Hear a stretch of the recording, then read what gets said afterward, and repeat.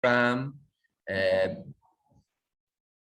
which will be held by Thammasat University and also Tehran University of Medical Sciences on oral cancer. It is a great pleasure and honor for me to get started this brilliant program. Also, I would like to express my appreciation to my colleague, Dr. Bharat. He kindly moderate this panel with me today. We will have a two-day program. Today we will present, we will have 3 presenters and also 3 lecturers on oral cancer, 2 presenters from Tehran University of Medical Sciences, and 1 respected lecturer from Thammasat University. I think I can see Professor Inglam from Thammasat University. Is it correct, Dr. Bharat? Would you let me more details about our respected guests from Thammasat University? Yes, I'm Samla Inglam from Thammasat University. Thank you. It's a great honor for us to have you, Professor, today. We will have our main program we will held tomorrow, but we will have some discussion and presentation today. Okay, Dr. Bharat, do you have any comments or a note to add at the beginning of the program? Thank you, Dr. Poyan, for introducing us. Please carry forward. Please start the meeting. Okay, thank you very much. At the beginning, I think we will have about 1 minute to get started on time.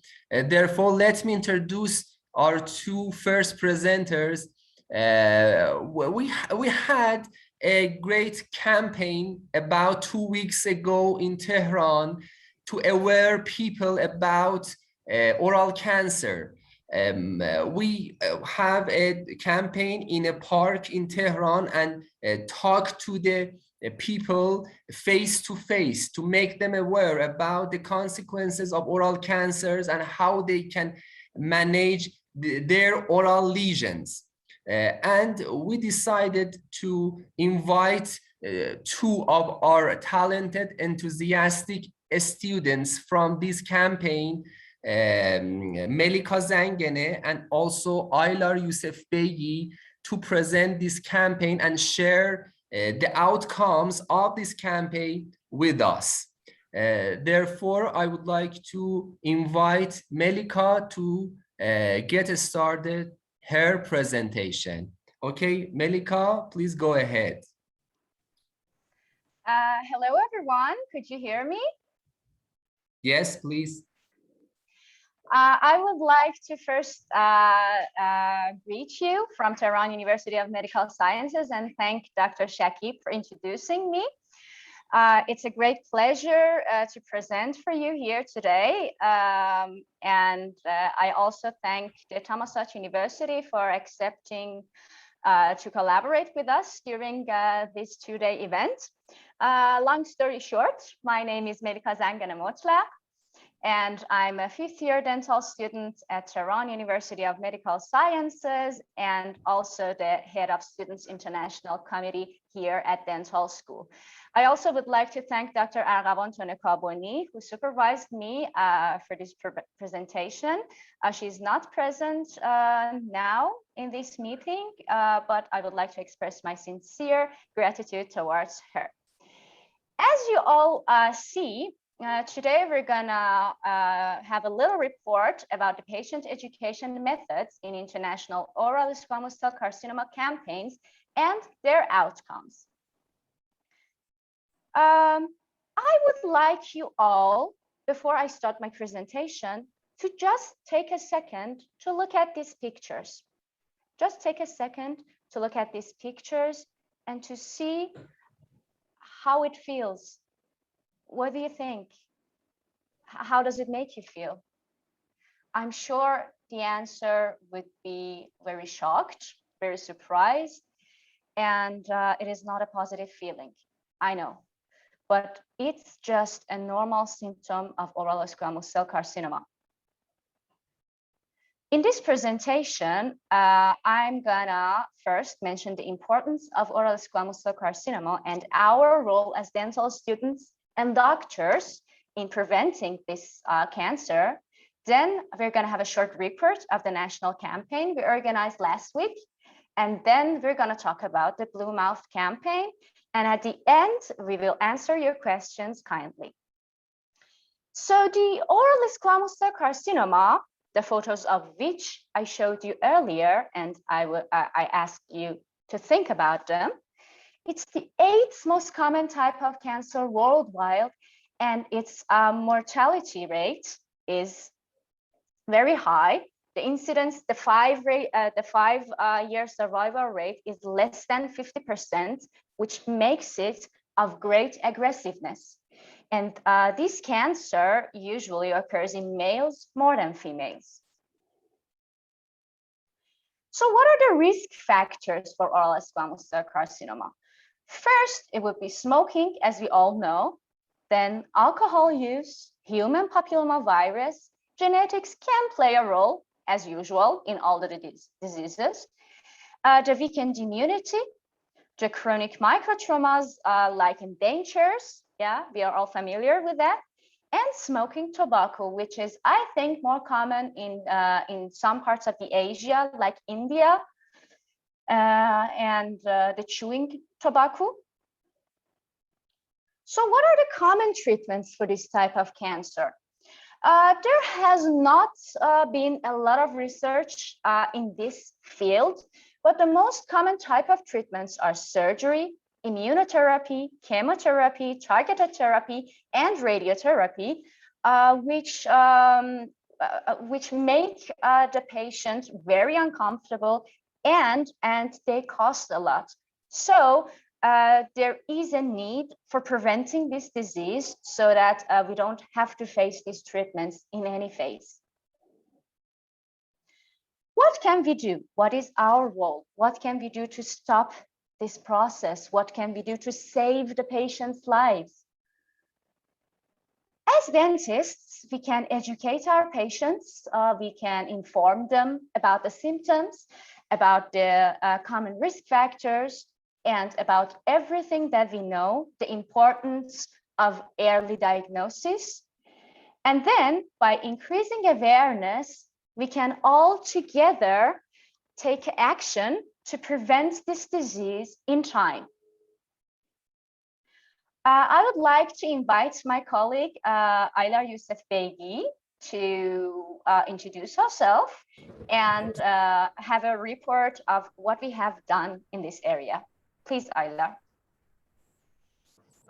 Thank you so much, Melika, for your nearly perfect explanation about basics of oral cancer. I would like to ask you kindly if you can change the slides. Yes. Thank you so much. It's Aylar Yusuf Begi. I'm a 6th-year dentistry student from Tehran University of Medical Sciences.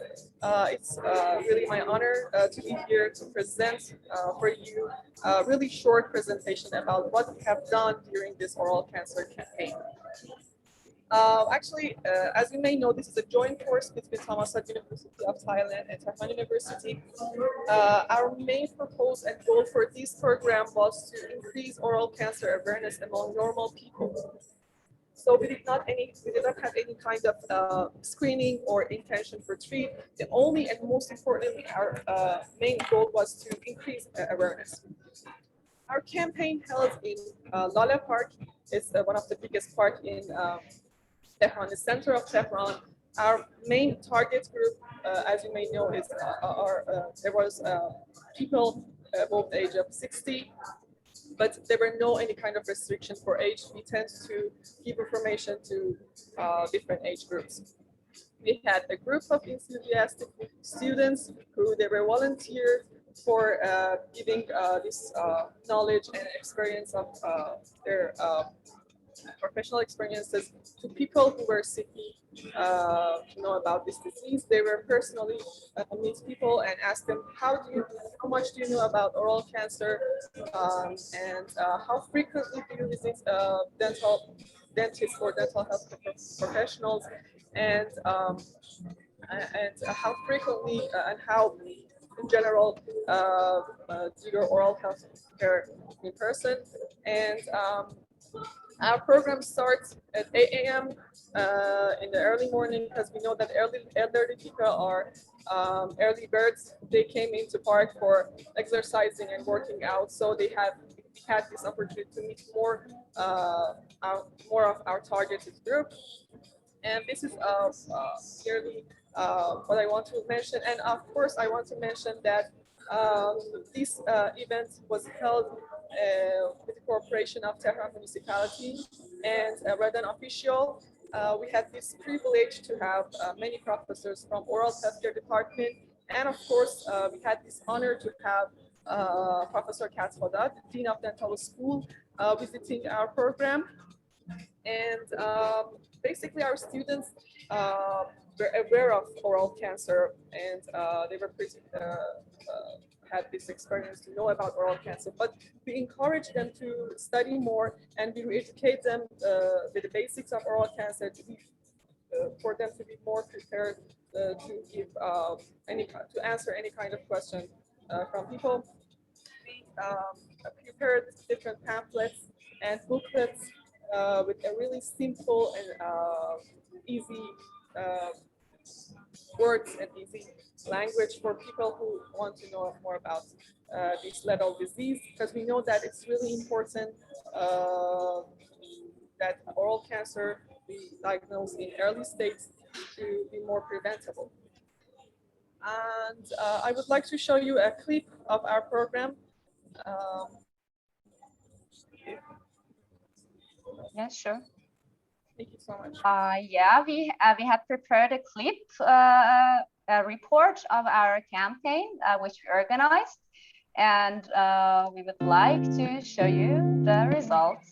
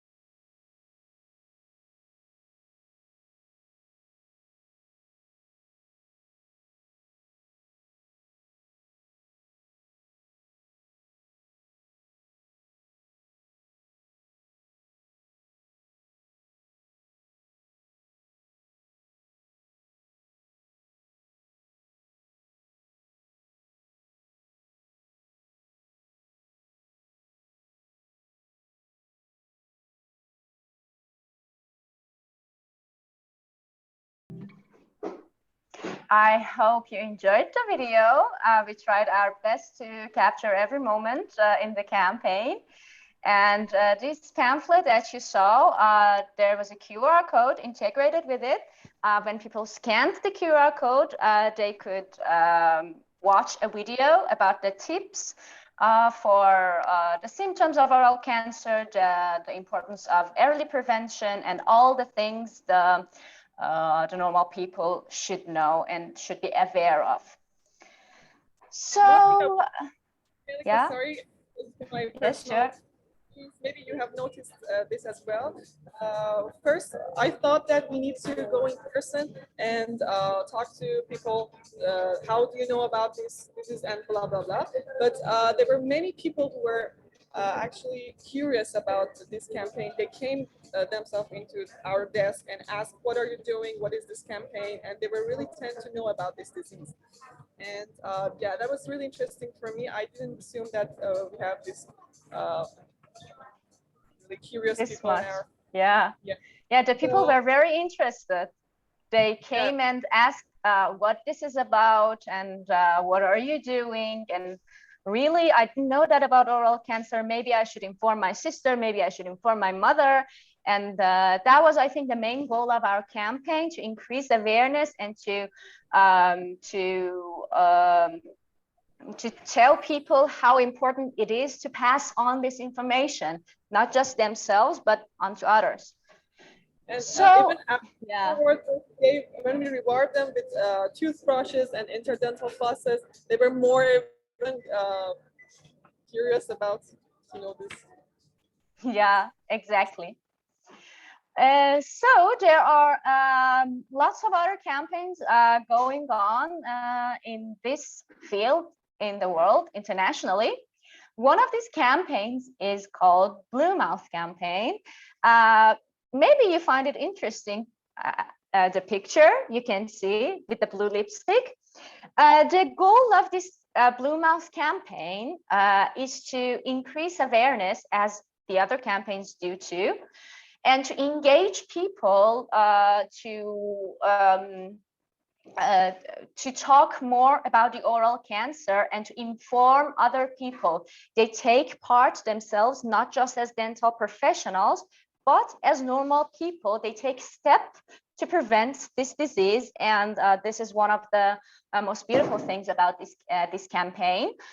In the Blue Mouth campaign, people should put on blue lipstick and post these photos on the social media, on Instagram and Facebook, even on the website of this foundation, which I took a screenshot and put it here, you can see. This campaign originated in the year 2011, 2012, but in the year 2016, more and more people got engaged in this campaign. So many people know today that this campaign exists. And they should put this hashtag blue lip selfie under their photos so that they could be viewed and they could be counted as one of the actions for this campaign. And in our faculty, in our university, we have followed this campaign too. We have an Instagram page called Blue Mouth Campaign in our university. We are a member of this campaign. Dr. Arghavan Tonekaboni is the supervisor of this campaign. We post photos, videos. You can follow the Instagram page. They post photos, videos, posters, and everything in different languages to increase the awareness among people, among students, among all the social groups, not only doctors and professionals, but also the people who do not have a clue what dentistry or oral cancer is. That's the main goal.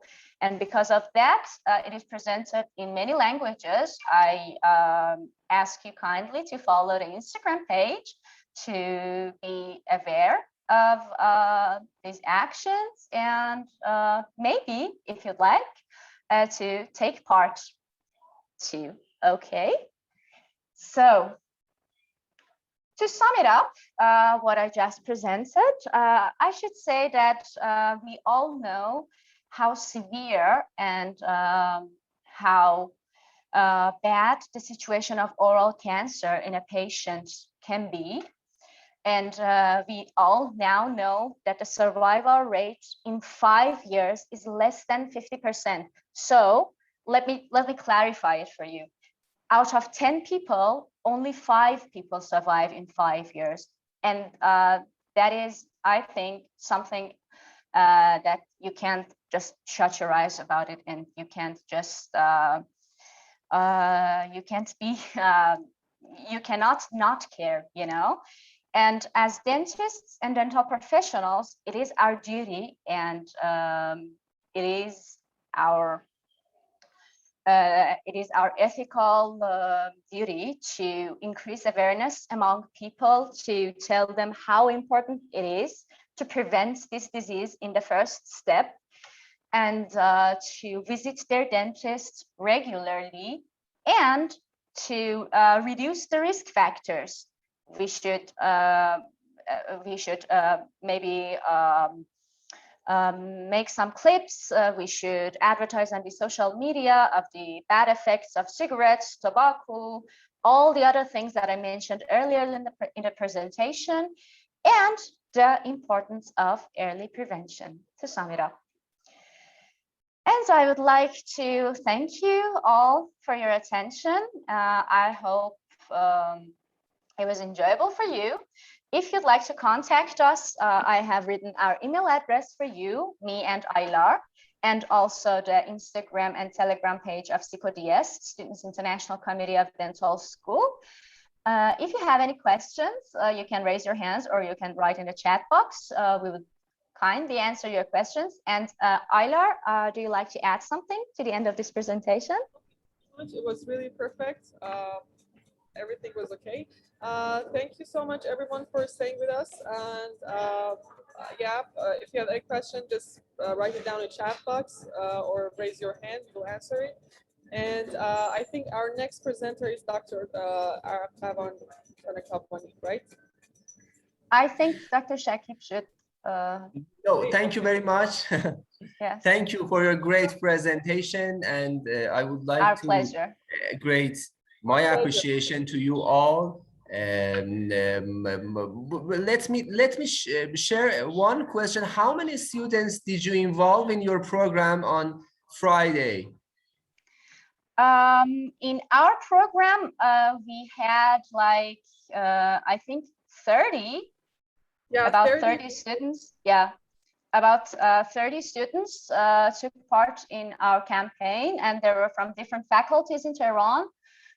In Tehran dental schools, and that was a great chance for them to collaborate and to engage themselves in some kind of social program, face-to-face with people, to share their knowledge.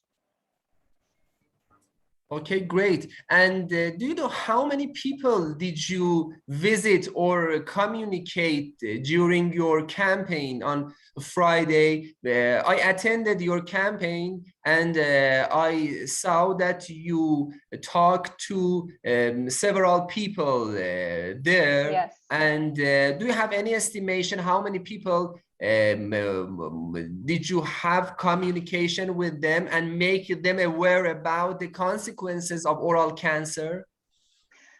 I think about 100, 200. Yes, Aylar, do you agree? Great. Yeah, even more. We gave pamphlets and booklets. We gave to people, I think it was more than 100, or roughly about 200. Yeah, about 200, 300, because it was weekend, and on the weekend, usually many people come to the park to do exercises, usually the elderly, and the number of people was around 200, 300 people, which is, I think, a considerable number. Maybe a group, like group of friends. Mm-hmm. Okay, great, thank you. And it is a great honor for me that let you know we have Professor Nekufar at the moment. He is Director of International Affairs of the Tehran University of Medical Sciences. I know Professor Nekufar will have a short presentation at the opening tomorrow morning, but do you have any comments, Professor Nekufar? He is endodontist, and do you have any comment or experiences about oral cancer, Professor, to share with us at this part of the program?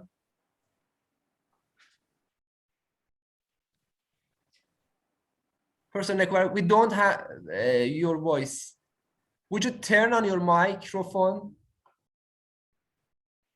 Would you turn on your microphone? I think there are technical problems. Yes, yes, there is a technical problem. Okay, unfortunately, we don't have his voice, but it is an honor to have him tomorrow morning. Professor Nekufar, could you turn on your microphone? Okay, okay, okay. Let me. Hello. Thank you very much yes. to let me in. Thank you very great. much. First of all, let me say thank you very much from our partner in Thailand. Thank you very much for joining us and having this amazing program. Hopefully tomorrow we will officially start that as well. And this type of pre-webinars are very useful because now we know each other a bit more. I'm very proud actually to be a part of that. Thank you very much, Professor Shakib, for that, for this opportunity. Obviously, oral cancer is very important for all dentists. And I would say that one of the shortcomings of our teaching is communicating with our society and with the people that they involve with such a things. And obviously, when they know that, when they know the early sign of oral cancer, that would be really very useful for them.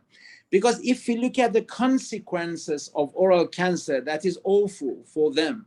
That is awful for their family as well. So it's really very important. This early diagnosis of that is very, very important. We can control everything in the first and the initiation of the oral cancer. And I know it will be a very good time to name our beloved Professor Ismail Yazdi, who actually taught us everything about the oral cancer and who aware us as a dentist, the first things that we need to look at the mouth of our patient before going and to do our root canal treatment or operative dentistry, to look at early sign of oral cancer. I remember that in his first teaching to us, he mentioned that. And it is very important always as a dentist to look at the early sign of oral cancer, obviously. However, I know that we have a lot of advanced technique for the treatment and diagnosis, but that is too late for them. And it is important to know that. Thank you very much for this opportunity. And the campaign that you actually did was very successful. The feedback that I have received about that was very good, and involvement of the students, because it gives them the idea how to deal with teaching the patient rather than just thinking about the treatment. Thank you very much, and thanks for the opportunity. Good luck and congratulations to all of you. Thank you for being with us, and can't wait to meet you tomorrow morning again. And at this part, thank you. And I would like to invite Dr. Bharat, and it is a great honor for us. I can see Professor Inglam, Dean of School of Dentistry of Thammasat University, and Dr. Bharat.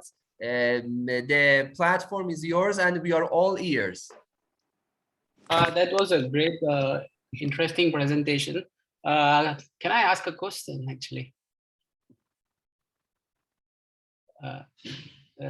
Dr. Yes, Malika. yes. Please make me co-host. Sorry? Yes, you are now co-host, and you can. Okay. My question is, are you including undergraduate students in this campaign? And have you kept their involvement as optional, or is it compulsory? Can I answer this question, Doctor? Yes, please.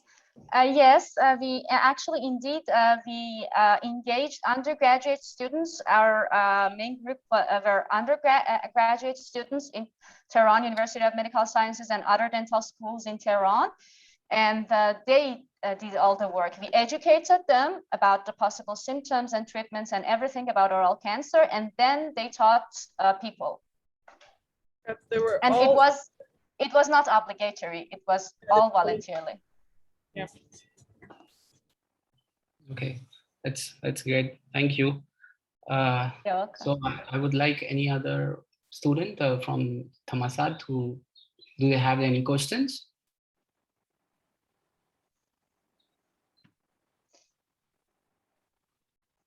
No. I think one person raised hand.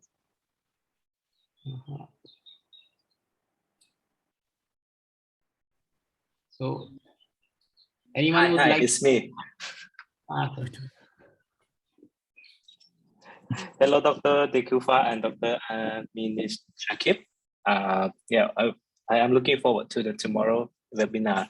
I would like to ask Ayla and Melika about the campaigns, as it is, we also would like to encourage our students to do such similar campaigns, but normally it's very few of them are willing to do it if it is, let's say, it is not compulsory. This is very typical, and I would like to ask you as a student, after you doing this campaign, what is what experience or benefit that you think that help you, as a dental student? So I might be able to forward this message to our students so they can, follow the same step. Pia Fong, do I pronounce it right? Yes, dear Yes. Pia Fong. Actually, we said to our friends that when you take action in such campaigns, you would be more in touch with people, as you will be in your future career with patients. So you would face different attitudes, different mindsets in people, how to talk with them in a way that they understand you. You know a lot of dental terminologies, but you want to pass that information on to people, and they are from different social backgrounds, different educational backgrounds. So if you want to educate people, you should be able to explain it as simple as possible. So that is one motivation. Another motivation is the teamwork that we're creating among you. It will increase your ability to do teamwork. We gave them also certificates for this campaign. And the last but not least reason is that it is fun doing something together with students, and then maybe have something afterwards. Yeah. So do you want to add something, Ayla, about did I say it all? No, actually it was complete. It's the experience that they take when they learn how to communicate simply. And this is kind of practice, I think, for their future. We had students in the 3rd semester after studying. We had students in the 6th year, like me. They came into Park for the campaign. They learn how to communicate. We tell them, encourage them to be as simple as possible, to be kind as possible. And at the end, I think the reward that we gave them as a certificate of attendance, certificate of participation, it will really help to encourage students to take a part into your programs. If I'm answering correctly, I don't know. Was it Thank you very much. Okay. I think Patranis has a question too. Please. Okay, hello, Meleka and Ira. So we're Hi. students, 5th year student as well from Thammasat University. And hello, all the doctors from Tehran University and Thammasat University as well. So the campaign that you guys hosted were absolutely amazing. And we have a little bit of question about the event. Do you guys face any obstacle during the event? Actually, to be honest, yes. Thank you for your kind feedback. Actually, yes. Some of the patients, let's say some of the people who were there, insisted on doing what they habitually do. I mean, they said we educated them to be aware of any traumas that can be caused by their dentures. And they disagreed totally. And they said, our doctor said so, our doctor said so. That was a challenge to persuade them that even though their doctor can be right, it is important to look for these signs and to visit your doctor when your denture irritates you. Yeah. So there is a kind of questions about this stuff, and some people really didn't believe what we said. So the people with different ideas and different attitudes, that can always be a problem as usual. But it's important how to manage this and how to persuade them with respect to their beliefs, but delivering the message anyway. Cool. Thank you. Yeah, you're welcome.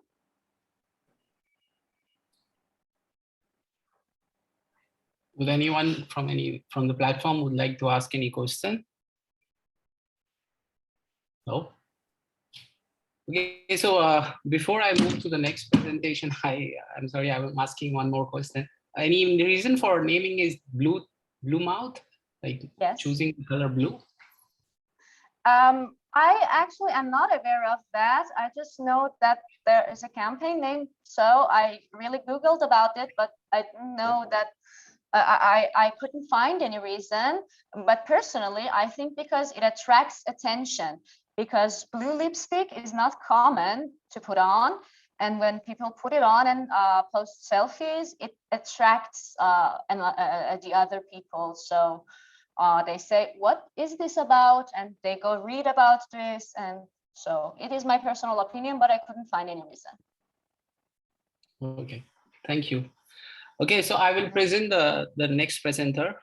He's Dr. Kitasit Warin. He's young and energetic lecturer in oral and maxillofacial surgery. He's also diplomat in Thai Board of Oral and Maxillofacial Surgery. His field of interest include artificial intelligence and deep learning in oral and maxillofacial surgery. So everyone, please welcome Dr. Warin.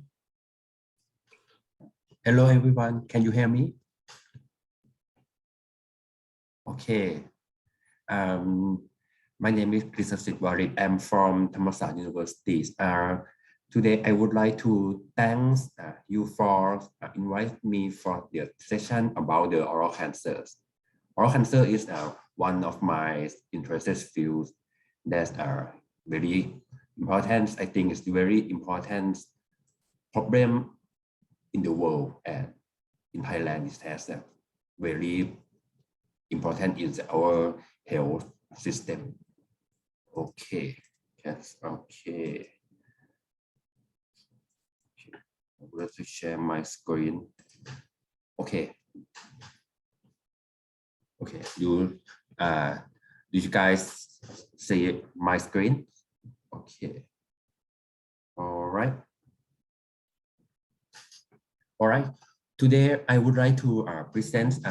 Okay, again, I would like to introduce myself. My name is Kitasit Warin. I am the oral and maxillofacial surgeon of the Thammasat University. Today, I would like to share my not only my of our oral cancers programs or something in Thai to you guys. Okay. Oral cancers, as we know, that is one of the most common problem in the health section in the world. Is the 18 most common cancers worldwide this is from the global cancer 270s, and in our region is in Southeast Asia is the fourth most common cancer. Yes, and in our country Thailand is the 10th most common cancer. That is a very, very important disease. As we know, of the oral cancers, is 90% of the oral malignancy is oral squamous cell carcinoma, or in short we call OSCCs. The OSCC that we can see is that you guys see the picture is that I think when you see it, you think is that something is not so good to see. Is that something like the dead tissue, or there's something is not so good? It can the OSCC that we know can present as something like only ulcerative lesions, such as something like the unhealed wound, something like this, or is there some kind of the mass, or we say, or we call it esophageal lesions, or some things we may not see it clearly. It's a mass inside the our structure, such as that is called the endophytic lesion. That's in the third picture. You see it's just something like the swelling of our tongue, but inside of that is a mass of the oral squamous cell carcinoma. Is that normally it can show as these three features. That is very, very important. I think it's very important for the dental professions, our profession, that we need to know what kind of what feature of it, because if the dentist cannot detect it, I think no many doctors that work in the mouth, so the patients will lose the opportunity to have the best treatment. Okay, as we know, the risk factor of the oral cancer is something like tobacco use, alcohol drinking without chewing, high fat, or the sugar intake, or the infection of the human papilloma virus, or HPV, as we know this. And I would like to share about the premalignant regions that as we know, the mostly of the OSCC is developed from the premalignancies. The precancerous lesion that currently we call the oral potentially malignant disorder, or OPMDs, is something like the initial phase of the oral cancers. And if it's already the OPMDs, it's something like it's not so much for impact the patient quality of life, and the treatment is something like less invasive, very less invasive than the oral cancers.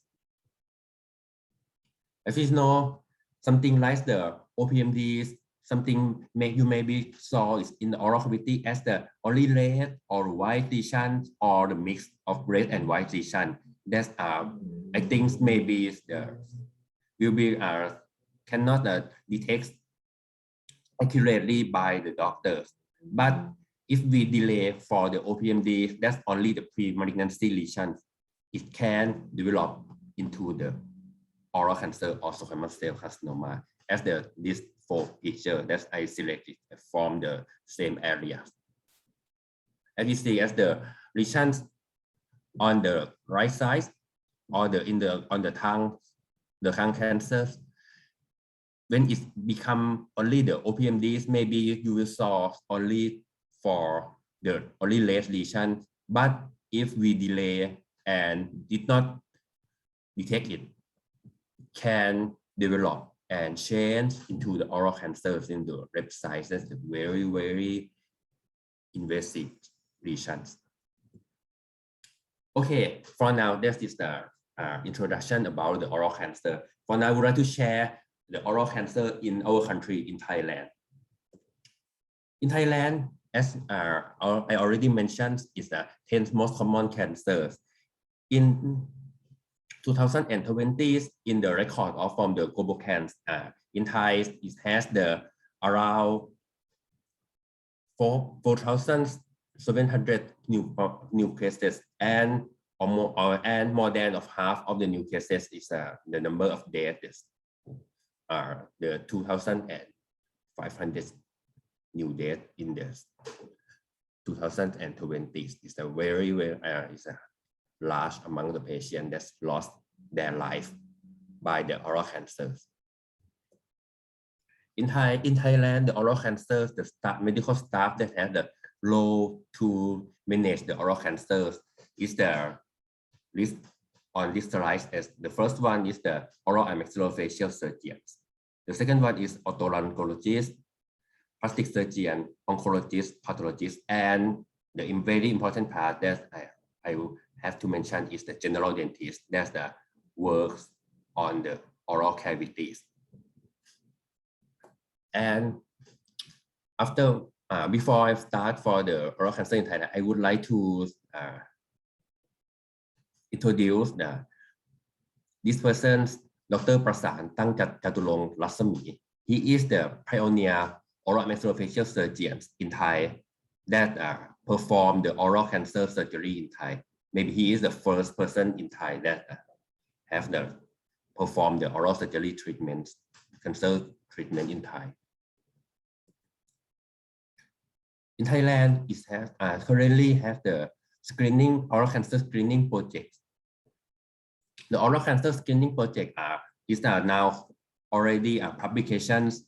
Publications is a oral cancer screening program at the northeastern regions in Thai in the 4 provinces. That is Chayapum, Nakhon Ratchasima, Surin, and Buriram. And the head of the oral cancer screening in Thai is Dr. Bawon Khongnoi from Mahidol University. Our oral cancer screening project in Thai is including of the team. Our team is the head of the team is the OMF surgeons, and in the team has the dentist, nurse, and including for the local healthcare volunteer that come to help our projects. For the projects is for this project is that we as a team have to go to the rural hospital or for the countries, something like we have to go to the patients or the one who cannot come to the hospital or have the regularly oral examinations to screen for the lesions. That is has it any suspected for the abnormal one that we need to have a treatment. For our screening program, the first one we have the risk factor analysis. The risk factor analysis in our countries, especially in the northeastern regions, is the alcohol consumption, smoking, and I would like to share is another one is the without with consumption or without with chewing. That are currently maybe many countries have no the without with chewing, but in our regions, especially Southeast Asia and the northeastern region in Thai, or SR has some of the patient have the without with is a major risk factor. As seen in my picture, as the two feature of the upper and lower gum oral cancer. As you see, the tooth has some black stain. This stain is the stain from the without with chewing. These are mostly the without with chewing has in Thailand maybe mostly chewing by the female more than the male. So this one is another risk factor that can fall in our countries. For the examinations, our team need to screen for the 3 groups of the patients. The first one is the group that no lesions at all is the safe one. Okay, no need for the treatment is a safe one. And the second one is this one is we need to detect it very early because we can help for the patient have the least invasive treatment. That is we would like to see only is the premalignancy lesion or OPMDs. But unfortunately, if many Thai people have the less awareness of themselves, so maybe they can leave something they may think is only the small wound and it's not realize is that maybe it's major life-changing disease and live it and it's grown large and larger. After that, they come to see the doctor. That is the oral cancer. That is one. This one is the, I think, is the one of the common problem in Thai. There's the some region has the something like under educate of the patients, so they have the least awareness for themselves that something like the unhealed wound for more than 2 months. For more than 2 weeks is that something like it's not commonly so, but they did not realize it's not common. So they leave it and it's go large and come to see the doctor when it's very large oral cancers, as we see in the third picture. So our project is need to go to some of the patient that maybe have least awareness of themselves and screen. If we suspect for the lesion, we have the maybe have the biopsy and cut an excisional biopsy for the patients and have them to the pathologist to examine it. And if it is OPMD or the oral cancer, we have this project as a referral system to the large hospital, for example, university hospital and general hospital, to have the treatment, the proper treatment for the disease. For the treatment of the oral cancers, normally the mainstream, I think, is the surgery and combination with the radiotherapy or chemotherapy in some feature of the oral cancers, or we need to have the combination treatments. But when the lesions develop into the oral cancer, we need to know that it's a very, very important that has an impact to the quality of life of the patients. The first one I would like to share is our dental professions that work in the mouth of the patients. Normally, we perform only the dental treatment, the filling, the root canal treatment, or something like for the oral surgeon, maybe just only the tooth extraction or surgical removal of the impacted tooth. But I would like to share that we need to see more than the tooth. We need to see for the soft tissue or around the tooth area, because if the patient have no lesion, it's okay, it's great, it's something like it's safe for the patient. But if the patient has something not normal, but it have no any symptom and patient is not realize about that they have it, such as the OPMDs. Maybe many of the OPMD lesions has asymptomatic, it's no symptom, and patient did not realize it, that is abnormal conditions. So this, I think this one is the one of the duty for the dentist to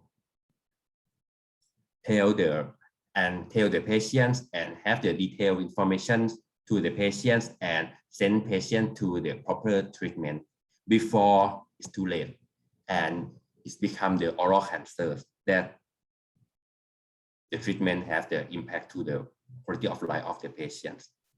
And the next session for the tomorrow, I will share my cases so that after the treatment, so I think it's not something good for the patients that have developed into the oral cancers.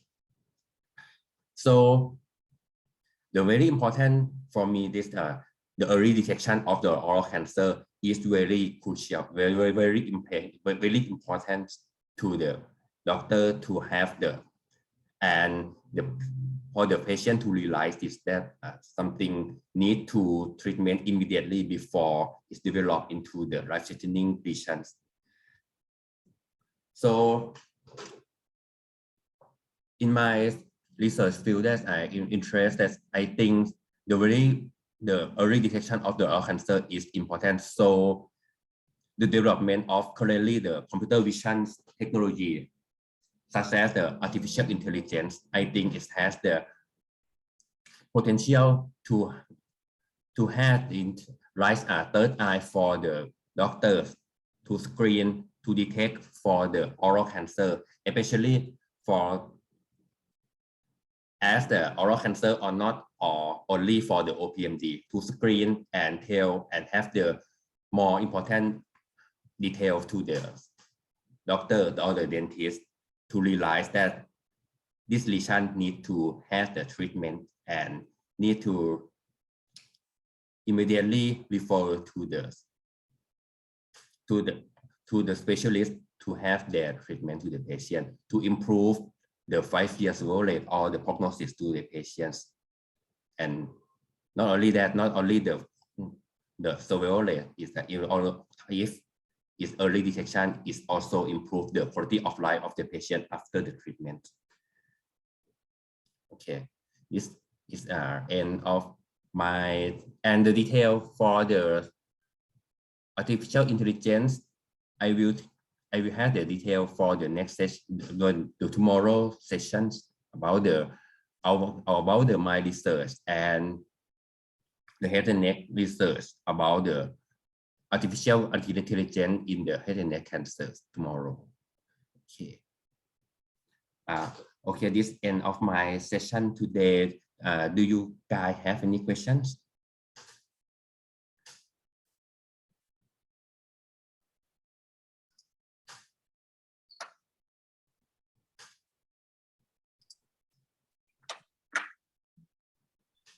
Hey, hi. Can I ask one question, Dr. Pisasit? Okay. I'd like to know how did you train the local volunteer and how actually they help to screen the oral cancer? Did the team ask them to do the oral examination in the patient? The role of the local volunteer maybe not for the oral examination, but they can help us for the screening of the risk factors. To ask the patients that if they have a smoking without breathing, something like this, because if the local volunteers, maybe the patients in that area maybe have tell about their risk factors, carry more than they tell the doctors. I see. And after you got the result that the main risk factor is betel nut chewing, is this message go back to the patients? Yep, all of the risk factor is that go back to the patients, and not only for the betel nut chewing, the smoking and the alcohol consumption, especially the alcohol from the local alcohol. That is not the good quality of the alcohol. That's it. That's we tell the patients that is not so good, and we have the information about it. If the patient had it, maybe it can develop into the cancers, not only the oral ones, but can be the others, such as if the smoking, the lung cancer, if the alcohol is the liver cancer, or not only that, all of these risk factors not only impact for the oral cancer, but it can become the head and neck cancer, such as nasopharynx or something like the neck cancer, something like this. Yes, we have the information for the patients and have them to realize that it's very important to stop or change their behavior before it's too late. Okay, thank you so much, Dr. Pisasit. Okay.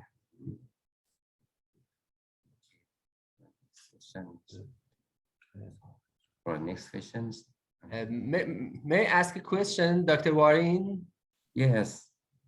Thank you for your interesting presentation. Do you have the oral pathology lab at your school or not? Or you are supposed to send your specimen to a pathological lab out of your dental school? Both of it. Normally, we send for the specimen to the pathologist at the hospital, especially in Thai, the general hospital.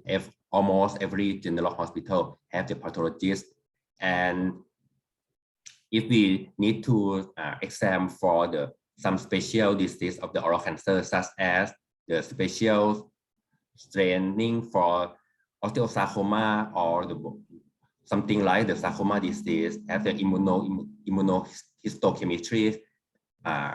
Some of the overlap in the general hospital maybe is not adequate, so we send to the private lab, something like to have the something like the proper instruments for exam the specimens. Okay, great, thank you. And you well explained about oral premalignant lesion. Do you have any experience about oral premalignant lesion, especially epithelial dysplasia? That how many of these lesions have malignant transformation in your center or in your country? I have okay. Normally in Thai, that I already mentioned this, many Thai patients has the low awareness about their oral vision. So mostly, especially in the northeastern regions, the patients mostly come to the doctor when it become the oral cancers. Only the low number of the patients that come to see me as only the OPMDs. And for the numbers and for the probability that is transformed into the cancers in the literature, is maybe around 2.5. It's not so high. That is 2.5% around this 2.5% or 2.5 to 2%, something like this to the malignant transformation. It's not so high, but it can. Mm-hmm. Okay, thank you very much.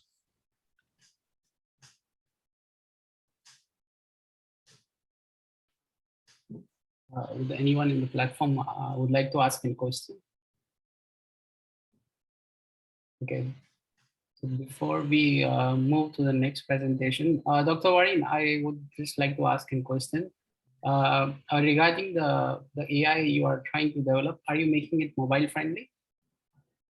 I don't need kindness for the question again. Regarding the AI which you are going to use for oral cancer screening, do you have any plans to make it mobile phone friendly? Sorry, I cannot hear your question, Carrie.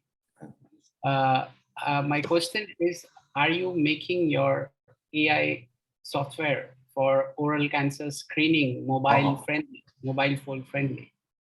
Oh, okay. For the program, for the applications, my research is, I think, is something like the prototype for use to the screen for the screening of the oral cancer itself. For the currently the computer vision program is that have the low in our world, but for the oral cancers is around this time is something like this developing to the application is something like, but for the result of the research is that possible to become the application to help the doctor to screen the oral cancers as the third. I think is something like the third eyes for the doctor, because in my centers, maybe not only my centers, the something like the oral cancer physicians or the OPMDs, maybe is the dentist, the general dentist. Some of the general dentists is not realize what is this. So the development of the artificial intelligence as the third eye may be helpful. But for now, it's only the prototype for the program prototype. So it needs to have the more developing into the applications to use for the oral cancer screening. Okay, thank you. Would anyone like to ask any question? No. So, Dr. Sakib, could you please introduce your next speaker? Yes, thank you very much, Dr. Bharat. And again, I would like to express my appreciation to Dr. Warin for his great presentation. And the next speaker is Dr. Arghaban Tonkaboni. She's a specialist in oral and maxillofacial medicine and associate professor of the oral and maxillofacial medicine department of Tehran University of Medical Sciences. Dr. Tonkaboni, do you have my voice? Yes, Dr. Shakib, I have your voice. Okay, thank you for accepting our invitation, and we are all ears for your presentation.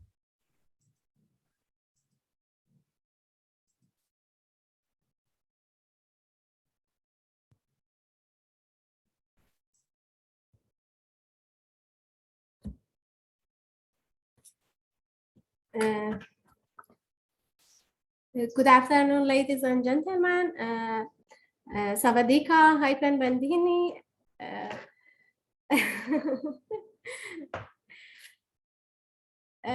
I'm so thankful to have this opportunity to review some of our experiences in patient education about oral cancer in Iran. And I'm so proud to be a part of this campaign. And I hope we all be successful in patient education, especially about oral cancer. First of all, it's better to clarify the importance of health education. For providing a healthy community, we must pay attention to health education. Health workers collaborate with all health stakeholders, from patients to the government. In providing health, it is better to think about a community as a whole and seek to identify health issues. So finding trends within a population could be the next step. We have many points of view in health education. For example, contagious and non-contagious diseases, maternal and infant issues, bad habits, behavior corrections, mental health, lifestyle changes, and so on. I find a quote which is very important for myself. This is a very encouraging quote for me to help me to have a role in patient education in my country. Educate yourself, have hope and courage, get support. I realize even if someone suffers from cancer with some previous information, maybe he can find a better way for himself to seek and follow the treatment. So patient education can have a very special role in all aspects of the disease, even about prognosis, even in diagnosis and all about that. Unfortunately, oral cancer has a very low survival rate through higher grades at the time of diagnosis. We have the most important point that it is in oral cavity, which is in our visual field. But unfortunately, we have very low survival rates for 5 years. It is in field of clinical examination, so screening can be so successful for finding new cases of oral cancer. I started to seek some international experiences for patient education in oral cancer, and I can find some special occasions. For example, in USA, our colleagues say that April is a well-known month for patient education in oral cancer, and in UK, our colleague use patient education during November. So the month is not important, and it's better to start without waste of time to help our patient and our people to have more information about this. Our first attempt was about eight years ago in the Health Week of Iran in May. Our students prepared it and we planned for preparing some pamphlets and clinical oral examination to screen oral cancer with our students on in international campus of our school. And they go to parks for providing oral examination and screening some of the patients. Unfortunately, we have a rate about 2 new cases in about 100 and 110 patients who screen for oral cancer.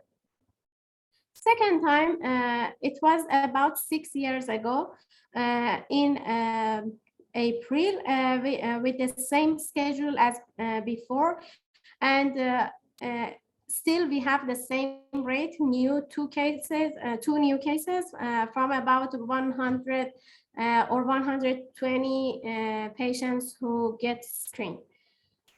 And these are some photos of our other cooperation. For example, we all know the fastest growing segment of oral cancer patients is young.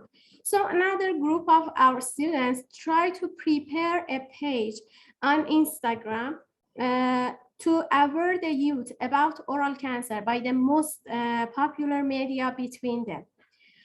And as we have some international students, as you see in the photos, we have another group of our international students, and they come to me and say about their willingness to have a role in this campaign and in this action.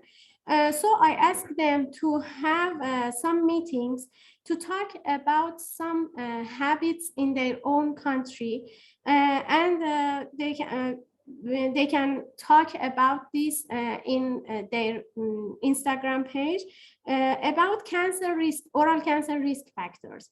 They prepare another page and translate all of these messages in other languages who they are native about that. So we have different messages in different languages. So other people, we can share it with a vast majority of the people. These are very small steps, but we started and we try to get more collaboration with other people all around the world to make more information about oral cancer, to be successful about improvements of survival rates. And we need all of your helps all around the world, and we welcome it. It is the last new message that all health co-workers can, especially about dentists and the people who take part about oral cavity, to make selfies with blue lip this year. As our friend Melika talked about that, the color of blue is just because of to show the existence of the cancer, because the mouth is red, and the other color that, which can brilliant it is the blue lip. So the Blue Lip campaign told us to take blue lip selfies and provide it all around the world to get the attention of other people about the oral cavity. Thank you for your attention, and this is some part of our experiences in Iran. Thank you very much.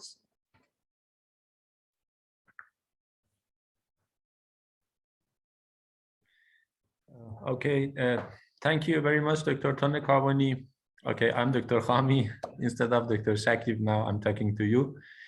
He's here, he can join us, but okay, thank you very much. I think your experiences in this regard are very helpful. As you said, these are small steps, but really important steps. And these campaigns are like that when you have some experiences, you can do it better in the future. So in each of these steps, in each of these campaigns, I'm sure that you have got some new experiences that you can implement for the new and the further and the next campaigns that I'm sure that you are willing to do.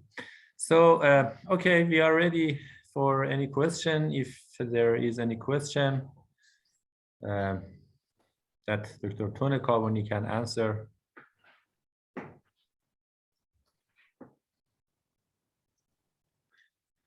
All the audiences, they can raise their hand or, yes.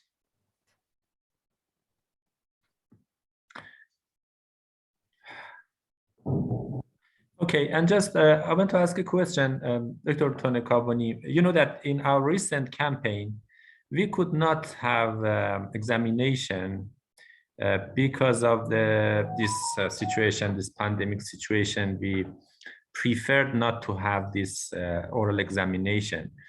I want to ask you from your view as an expert, because when you want to do examination in a campaign, you will need some, for example, equipments, certain settings.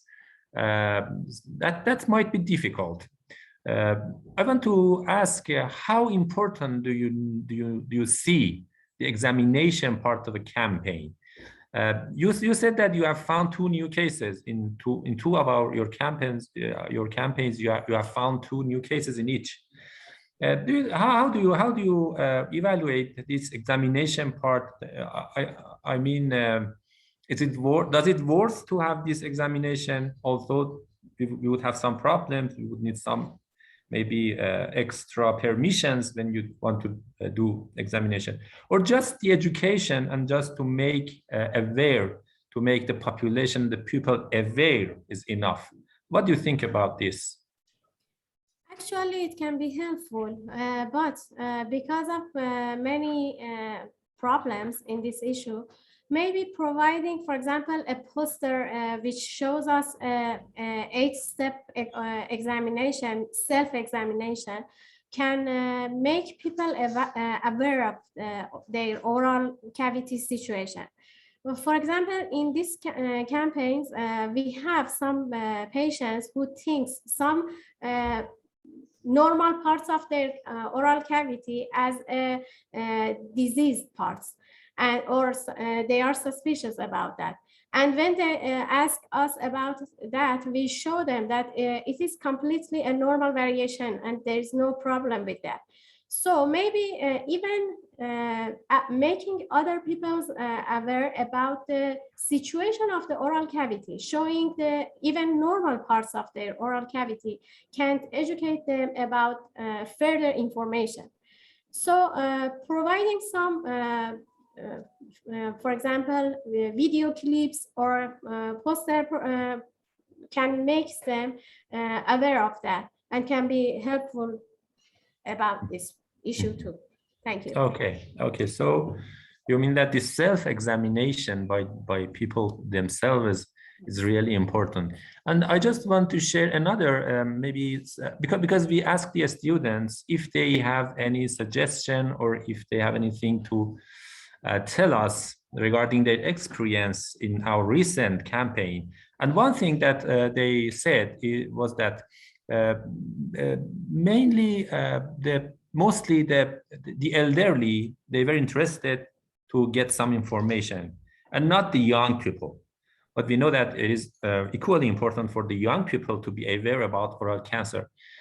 So they said that maybe in these campaigns, we can have some fun, some gamification, something that to get involved all maybe young people and those who think that oral cancer is not their problem. So that was just something I wanted to share according to the experience of our students that they told us.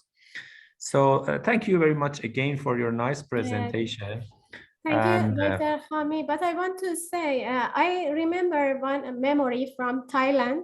Many years ago, I participated in APDC Congress in Thailand, in Bangkok. And I remembered a game there about the acidity of the foods. It was very interesting for me. They put some photos of different kinds of foods on some squares, and they show it to us and tell us you can make them in order about the acidity that you think the level of the acidity of the food. And something like this can be so specific and can be so useful for patient education, even about, for example, risk factor of oral cancer. Thank you very much. Sure. Thank you. Okay, so Dr. Shakib, so please. Yes. May I ask a question? Sure. Do you have my voice? Yes, we have your voice. At least Okay. I have your voice. Let me ask a question from Dr. Tonkawani. I would like to know about the curriculum of undergraduate students. Is it involved, is teaching students about screening of oral cancer or oral premalignant lesions involved in their curriculum? You know, it is very important for a student to screen patients for oral premalignant lesions or oral cancer or any kind of oral ulcer, because it is very important to recognize these lesions at the first step at the low grade. And it is very critical for the survival of the patient and prognosis of such patients. Do you teach your students or any program to teach them about screening of these lesions?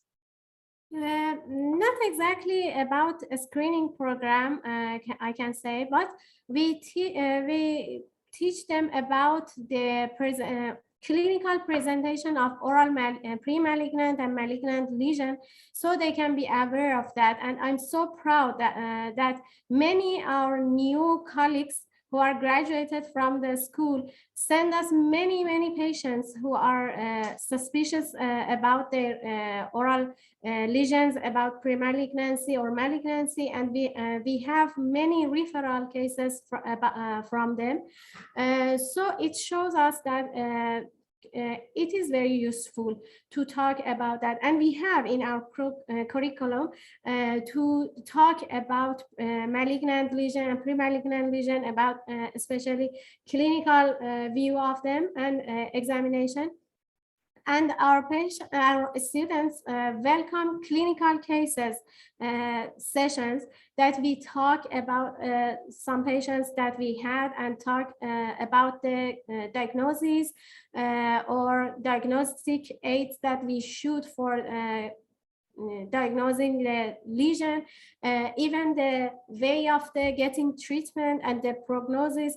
And so they are so eager about this issue, and we can work on it to make it more vast. Dr. Shakib, I just want to add that in our department, Community Oral Health Department also, we try to teach something about this responsibility, this important responsibility to the students, that how to prevent, because you know that in Community Oral Health Department we are talking about prevention. So we try to sensitize students that they should do something about oral cancer. They have this responsibility at individual level for their patients coming to their offices, as well as for the community. They should be active in this regard. They should do some advocacy for this oral cancer and the other challenges of oral health and also health. So I think, for example, in Community Oral Health Department, we are talking about community. In Oral Medicine Department, they talk about individual patients. And in your department, you are talking about cells and malignant cells and pathologic features of these oral cancer and so on. Okay, so I just want great to add message. this. Yes, great message. It means that we are all supposed to be in touch with community, not only be in touch with our students to teach them about how to screen oral cancer or premalignant lesions, but also to be in close touch with community around us. Thank you very much. And would you let's ask our Thai colleagues, Dr. Bharat or Dr. Piaphong, do you have any experiences about how to be in touch with community to make them aware about oral cancer? Dr. Piaphong, are you going to speak about this? Yes, from my experience, because I am not specialized in oral surgery or oral medicine, but I remember when I was student, yeah, we been taught about the clinical presentation of oral cancers. But the thing is, I think in dental school, dental student maybe not really experienced in the oral cancer patient that many. So they kind of lack of understanding or integration from, let's say, lecture into clinical practice. But I can tell you that once we go out from the university, we seem to be more aware about these oral cancer things, because we in the community and we may face with a lot of difficult cases.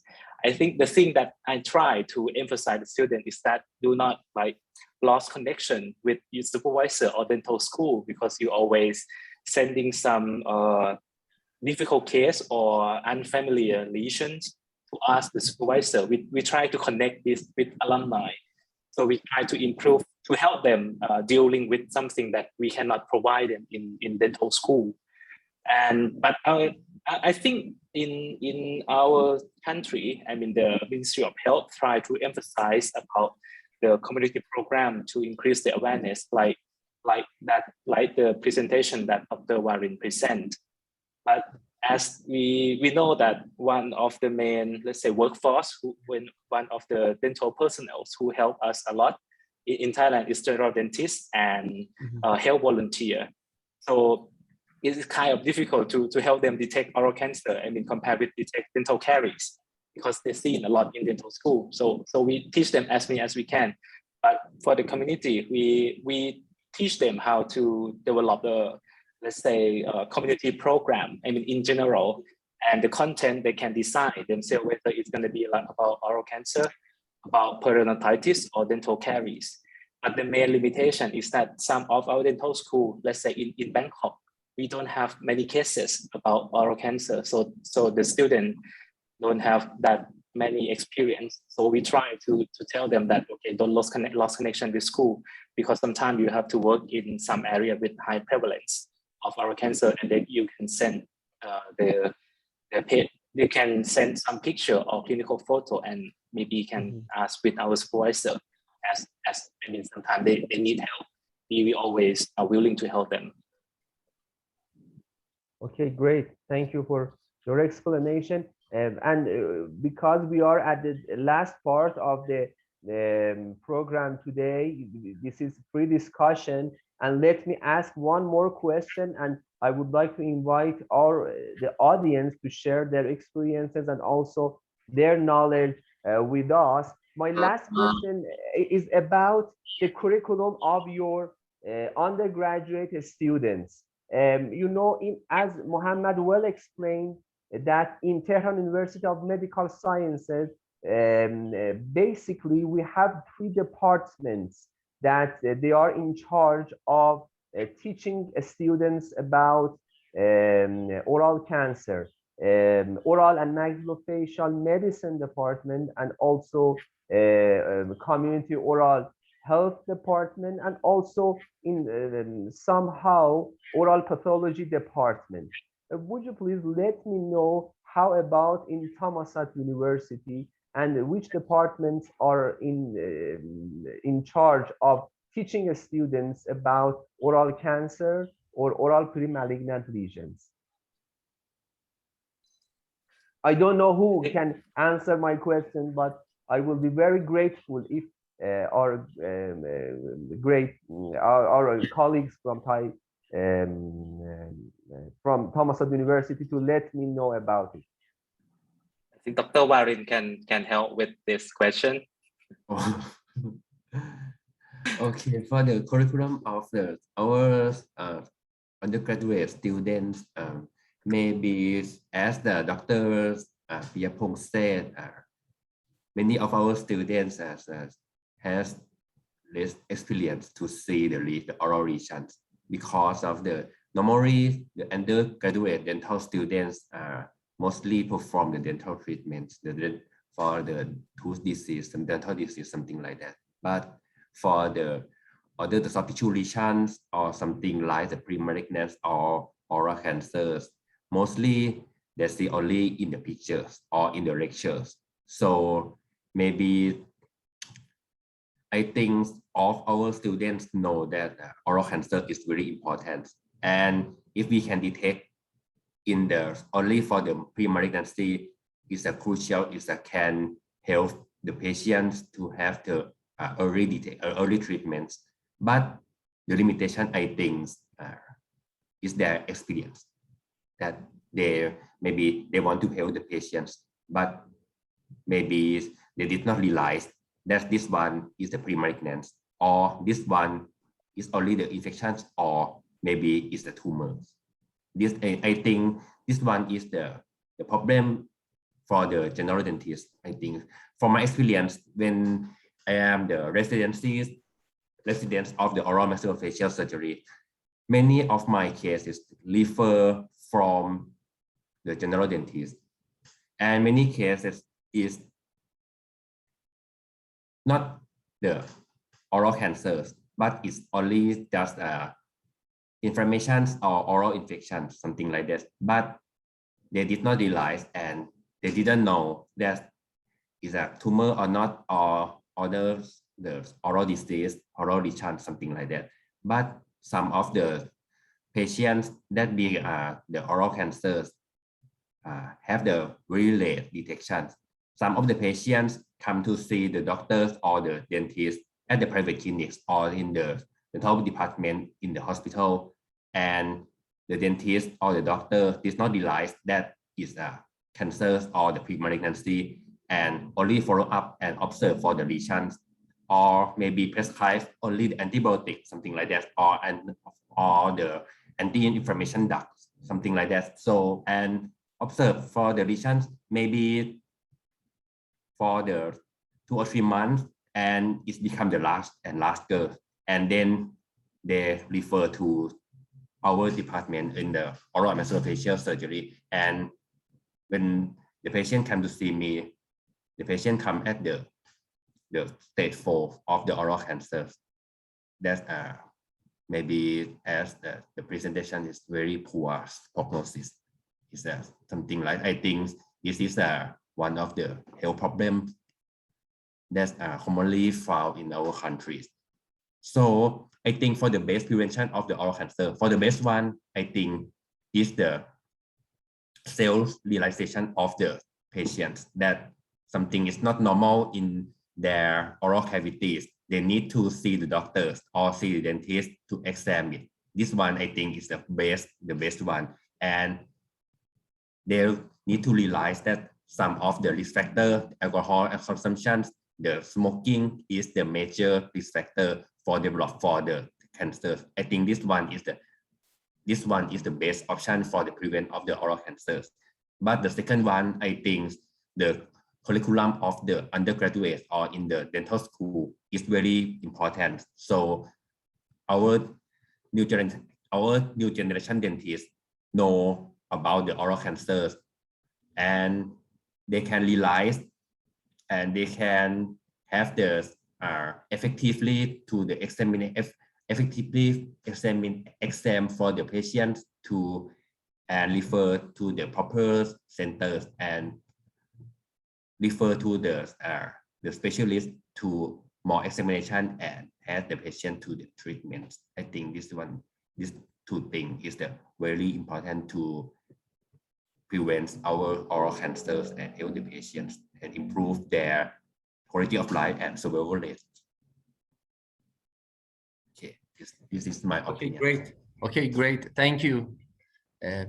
I have one more question, but let other audience to share their questions or comments, and I will be back. I would actually, hi, Dr. Shakib, I would like to add some of my undergrad experience actually. Maybe I was fortunate enough to study in a university which was in an area of high prevalence of oral cancer. And regarding my undergrad curriculum, we used to have a community dentistry posting, which started from the 4th year of our undergrad. And we used to regularly organize camps where we used to go to surrounding villages, because as Dr. Piapong said, that it's very hard to find oral cancer patients in big cities like for Bangkok. So because I was surrounded mostly by rural areas, so we used to organize bi-weekly or monthly, like 2 times in a month, we used to organize camps where we used to go, like the whole team, the whole students, the postgraduates and the staff used to go and arrange camps. There we used to screen the local people. We used to educate about them. We used to give them some incentives that, like suppose if we detect any precancerous lesions or conditions, we used to give them incentive that if you come now, you are going to get a big discount if you come to the university. So I think this increased the OPD in general and also the awareness among people. So, yes. Great. Thank you. Is it all organized by community oral health department in your school or other authorities of your school or university, such a camp you explained? It was organized by the community dentistry department, sometimes in collaboration with the oral medicine and diagnosis department. Great. Thank you.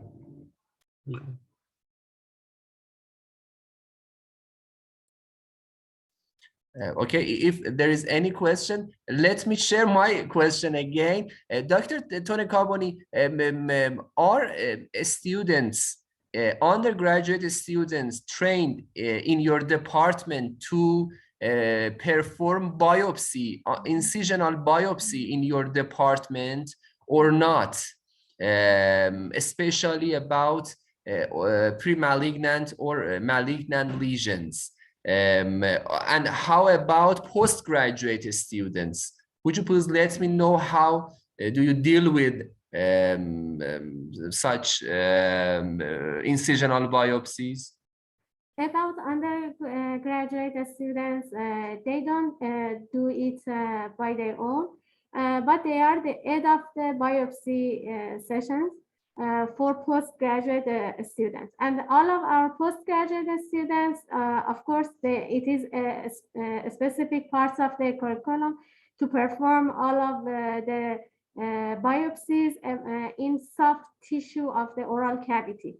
And most of the time about malignant and premalignant lesion, it should be incisional biopsies. But for other lesions, it could be excisional biopsies too. Thank you. And Dr. Wari, would you let me know how is your approach in your department? Are undergraduate students permitted to make incisional biopsies when a premalignant lesion or a cancer is in a differential diagnosis of the lesion? Okay, in our centers, or not only our center, in our country, I have to say in our countries, the undergraduate dental student or medical student has not allowed to perform the incisional biopsies because of we think that the malignancy lesions or premalignant lesion is something like very important to realize before perform any surgery to this one. So in our countries, when the student that can perform the learn to incisional biopsy is the postgraduate students. In only two, I think in only three departments, only three departments. The first one is the oral and maxillofacial surgeries. The second one is the oral pathologist, and the third one is oral and maxillofacial medicine. Only three departments of our postgraduate students that we teach them to have the incisional biopsy. In this one is for our curriculum, but for the general dentist, maybe some of the general dentists that has opportunity to learn how to incision biopsy. That's only the general dentists that attend for the oral cancer screening project that I show you previously. That I show you in our Northeastern. The group of general dentists in this program has trained to detect and perform the incisional biopsy for the premalignant and malignant lesion for the screening program. Only this group, but normally none of our general dentists can perform this one. Okay, great. Thank you very much. I have no question and comment. Dr. Piafong, Dr. Barat, Dr. Tonkaboni, and I think Professor Inglam is with us yet. I have no question or comment. And Dr. Barat, do you have any comment? No, I think I think it was a great opening for tomorrow program, and I have several ideas about our upcoming collaboration. I think we can make joint research on the idea we share in this panel, and we can, for example, hold joint journal clubs on the same problem we commonly cope with during our routine practice. And I need some time to focus on the knowledge and the idea shared by the professors and doctors in this meeting. And I think it was a great opening for our tomorrow meeting. Yes. Doctor, I think there was one participant to ask question. Dr. Siriwan Sinukan. Yes, sure.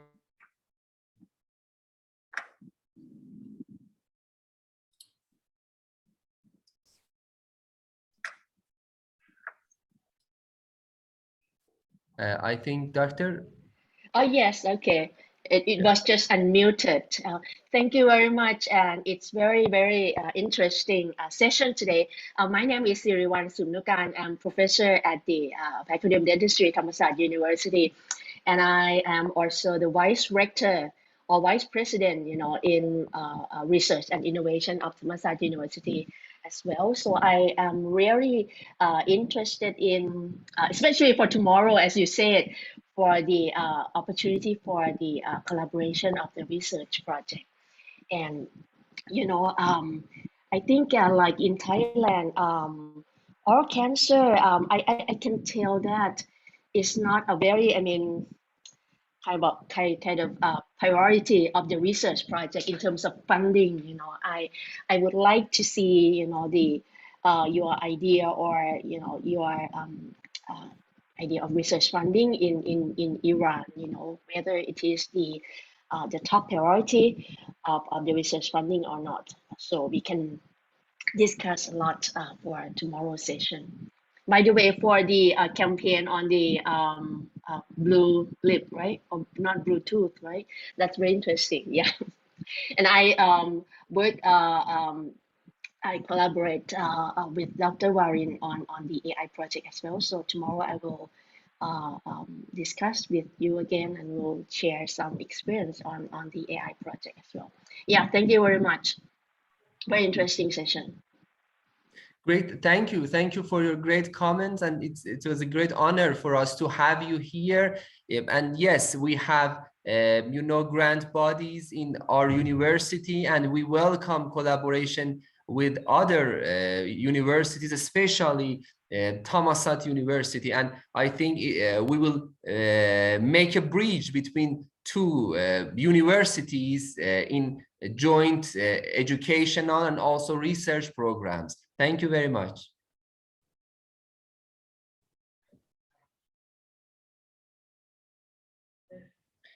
Okay, Dr. Bharat, any comments, or we can get finished this program at the moment? Yes, I think it was very interesting. Looking forward for tomorrow.